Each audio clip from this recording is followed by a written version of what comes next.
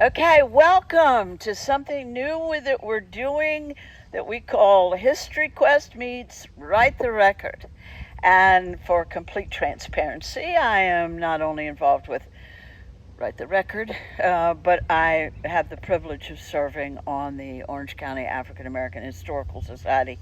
We are going to be doing a series of videos over the next few weeks, and they're going to be focused on the Orange County African American Historical Society, the Juneteenth program scheduled for June 19th of this year, and African American history in general. We will later on probably branch out to other things, but let's get started with today, because there's no better way to find out about an organization than to talk to its leaders. So we invited the three presidents that have served the Orange County African American Historical Society over its 22-year period. And I'm going to introduce them, and then I'm going to come back to each one and get them to talk to us. So Rebecca Gilmore Coleman was a co-founder of the organization and its first and longest president. Next to her is Reverend Darryle Crump, who stepped in after Rebecca and has served, and he'll have to remind us how long he served. And next to Darryle is James Bruce Monroe, who is our current president. And we're so glad to have you all here today. I should tell people where we are.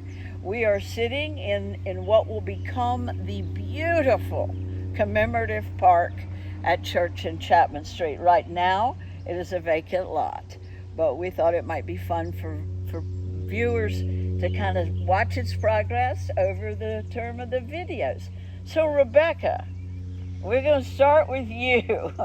Would you tell us a little bit about what motivated you? And I think Carolyn French was your co-founder. Is that correct?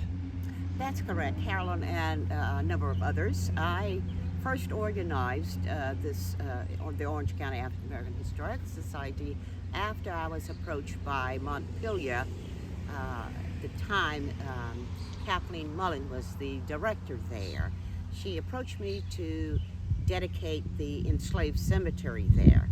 So I pulled together some of the community leaders here, and we had a dedication of the cemetery there at Montpelier. And following that, I got a lot of calls from newspaper people, TV people wanting to know what did the African American people think about what we were doing there at Montpelier. And I decided then, I said, no, I can't speak for all African Americans. I can only speak for myself.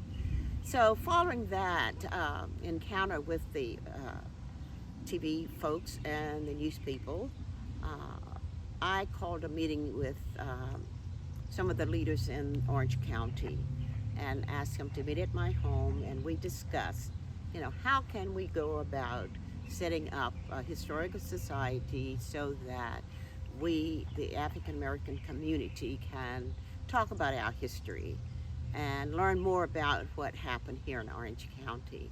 And that was the beginning, thanks to the Downtown Alliance. Karen Keith set up our first meeting at the train station. Oh. And we had quite a few, including at that time, oh dear, I forget his name. It's okay, we can come back to that.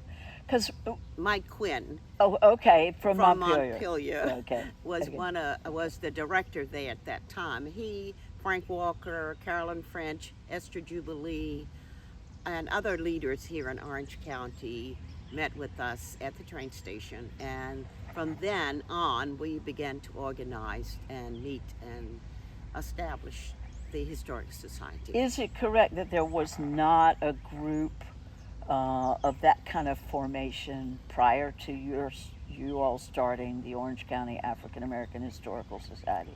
No one had. Okay. And your intent was, and I'm not trying to put words in your mouth, what was the motivation to doing this? It was to create an organization that could share these stories about African Americans in Orange County? Most definitely, we felt that we needed to tell the complete story of the Right. African American community. And how do you go about that? Is bringing the leaders together and bringing the community, African American community together Right. to get their history and the stories to be told here Right. in Orange. And this was 22 years ago, right? In Exactly. 2000, year 2000. But are there any things that stand out, Rebecca, in your, I mean, you were president. I know you stepped away for a little bit, but basically you were president for most of that time.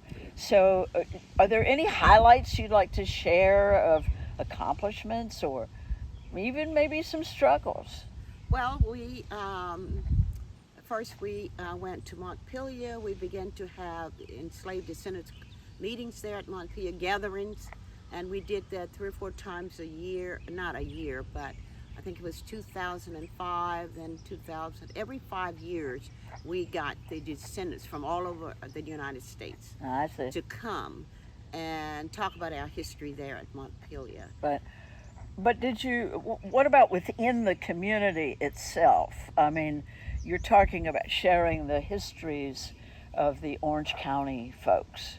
Yes, we got together and we had several meetings, of course, talking about the history of Orange County African American community, the community here. And not only did we talk about the history, we got together with the local folks who, we got community together of family history. We asked certain families like the Ware family, the Ruth Lewis Smith family, other families in the community, the Gilmores, of course, and others here.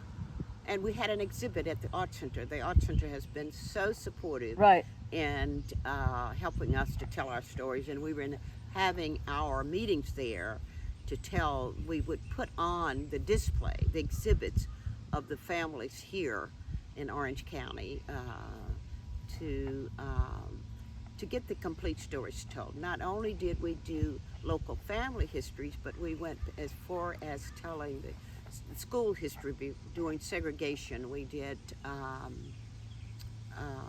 the military, who served in the military that Right. lived here in Orange County, and we did exhibits there on the military history at the Arts Center.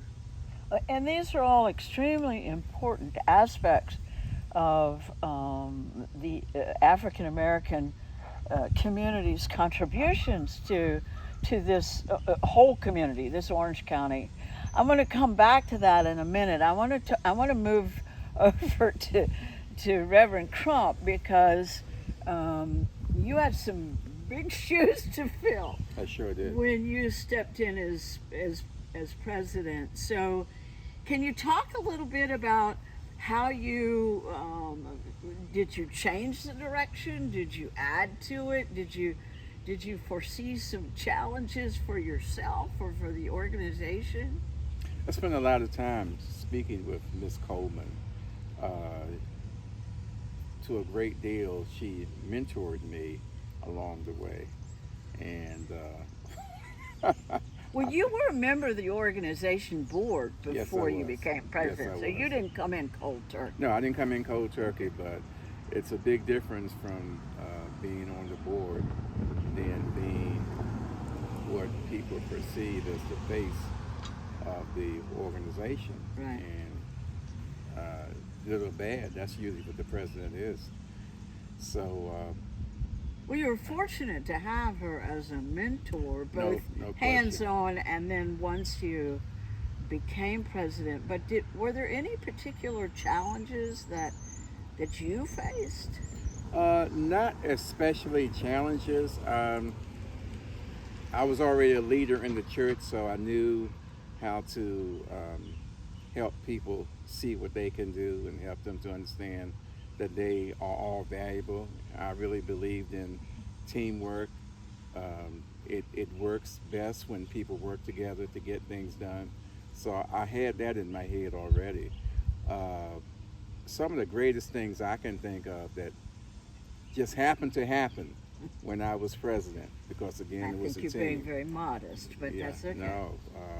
When having Juneteenth at Montpelier, and some of the events that came together while we were there those years, uh, baseball, Negro baseball of the area, and what's what I find that made that so powerful is that videos were made and pictures were taken of a lot of those elderly men. And now a lot of those elderly men are no longer with us. You're talking about the black baseball team. Talking with the black baseball Okay. team. We also did Boy Scouts Yeah. one year for our annual meeting. And this was kind of a follow-up on what had already been started about exhibits Yes, that talked about different aspects of African American history. my predecessor had laid a great groundwork. Yeah? She had laid a great foundation. And again, the team working together. Uh, uh, we have historians on our team. One by the name of Zann Nelson, and another great brother by the name of James Monroe III, Right. great historian. You're going to be talking to him in a few minutes. He is a lifelong resident for the most part of this area. I came here just briefly 22 years ago, which for the most part in the people of Orange, that makes me a newbie. So I'm still learning, but I have enjoyed being in the leadership position. It has helped me a lot.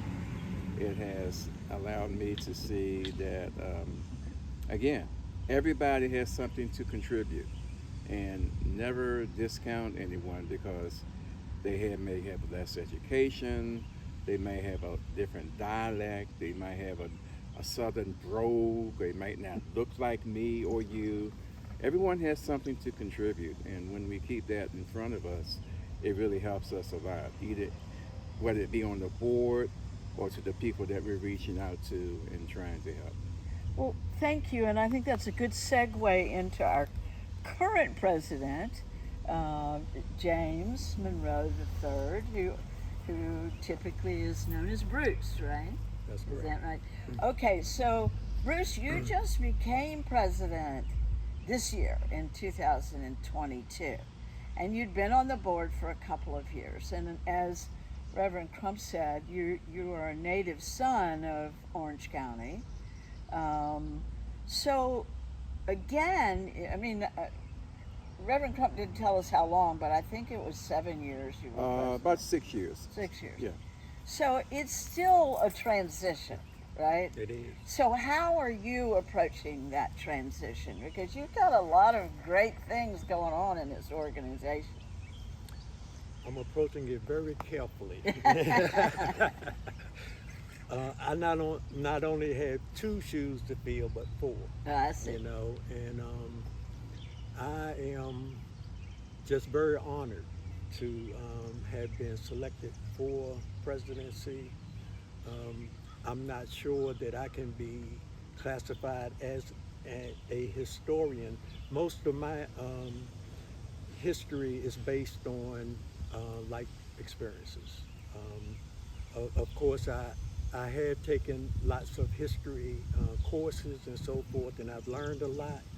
But I see this organization as an organization that is unique to this area and to these families. Orange is a very unique place, and I say that because of the founding of this country, Constitution being written within the county, and growing up in this area and just learning about the families and the stories and the history over the years.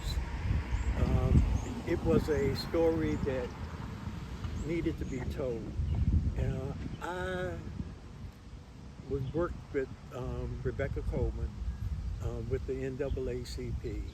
I'd always read about her in the newspapers and observed her throughout the years, and She's blushing over here. she's just been a very great treasure to the African American community.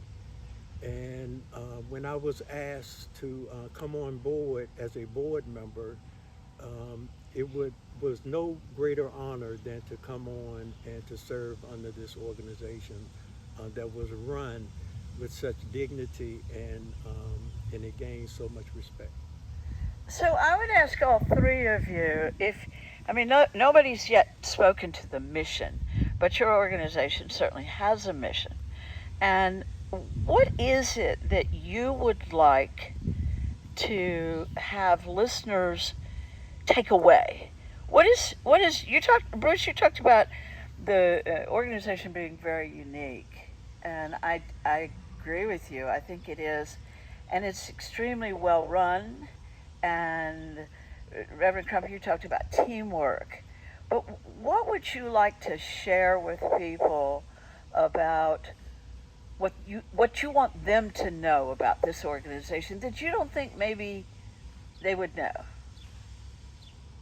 Anybody? I think they should be aware of the fact that we are here to serve, and we're here to bring to light the unique nuances of Orange County, Virginia, specifically African Americans. And once they realize that, I think they will begin to understand that they have something to contribute, or they have something to show, or they have something to share. And I think it's very important for them to understand that we're not just here to do a business. We're here to do a service, and we are an organization that we feel that this area of Virginia really does need. Okay, and Bruce, do you want to add to that? Well, I think that looking back and what I've learned from the people that have come before, I am very proud of my ancestors and those people that came before, because Orange was a place that when children grew up and they graduated from their schooling, they left. And a lot of these people that left were very successful, and it goes back to the families and how important it was for them to gain education, to be responsible citizens, a sense of community. These little, I call them settlements throughout the county of Virginia. They were exclusive to African Americans. In other words, only African Americans lived in these little communities. Can you give us an example? Little Petersburg. Okay. In Little Petersburg, all of the homes in that community were African American. And there was a sense of a real community to where people pitched in, helped one another. The church was always a central part of that community. Whichever settlement you go into, most of them have a church. Right. And that church was, most of the time, was the first really organized organization that a child was initiated into. Right. And run a lot different because everyone in that community pretty much was involved with that church.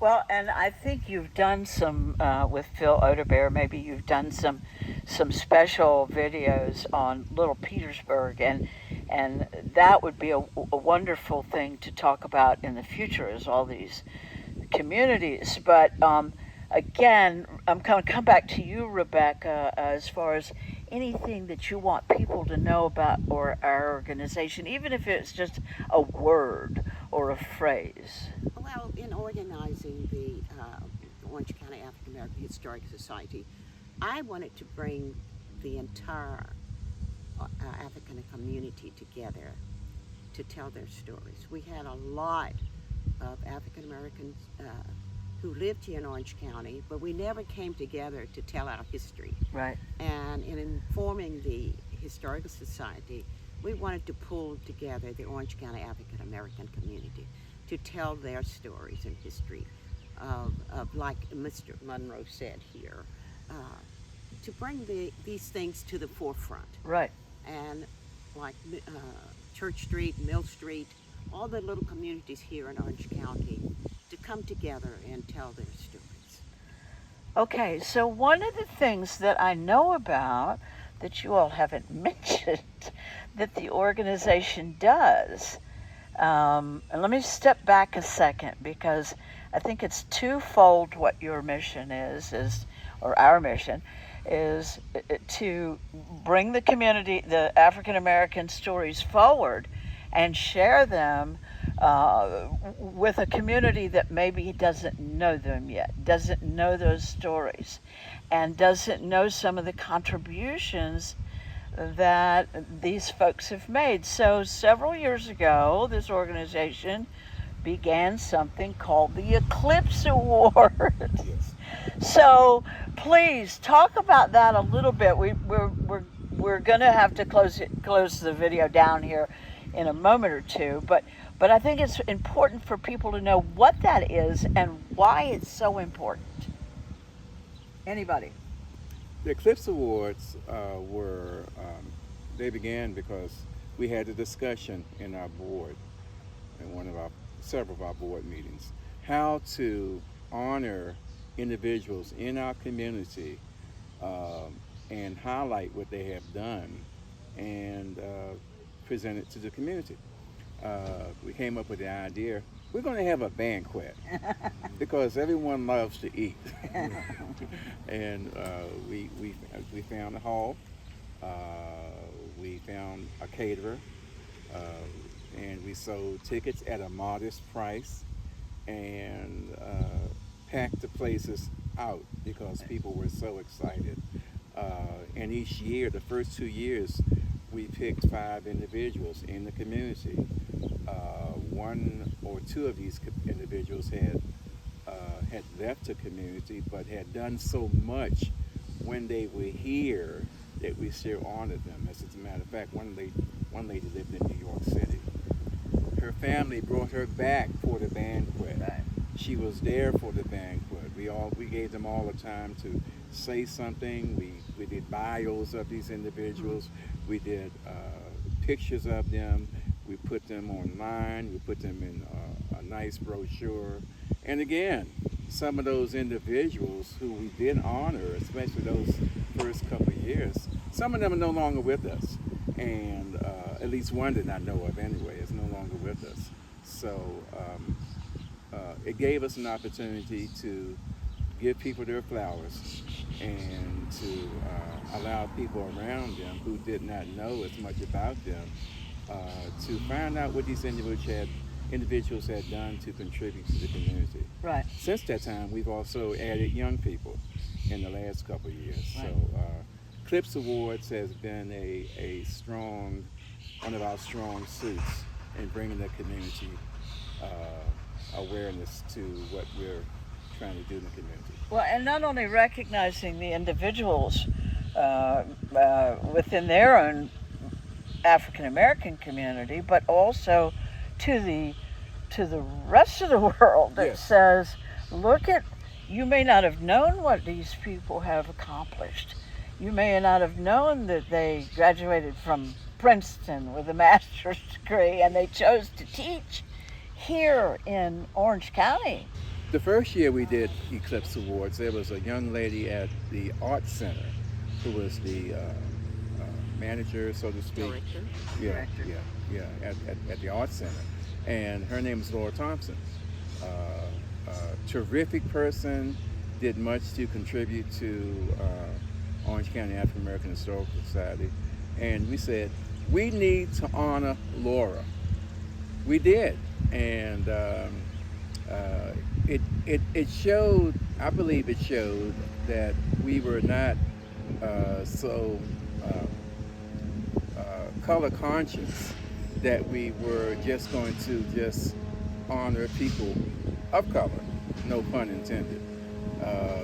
But we were concerned about trying to honor people in the community that did some good. So Laura Thompson was one of the first ones. And also, since then, she has died.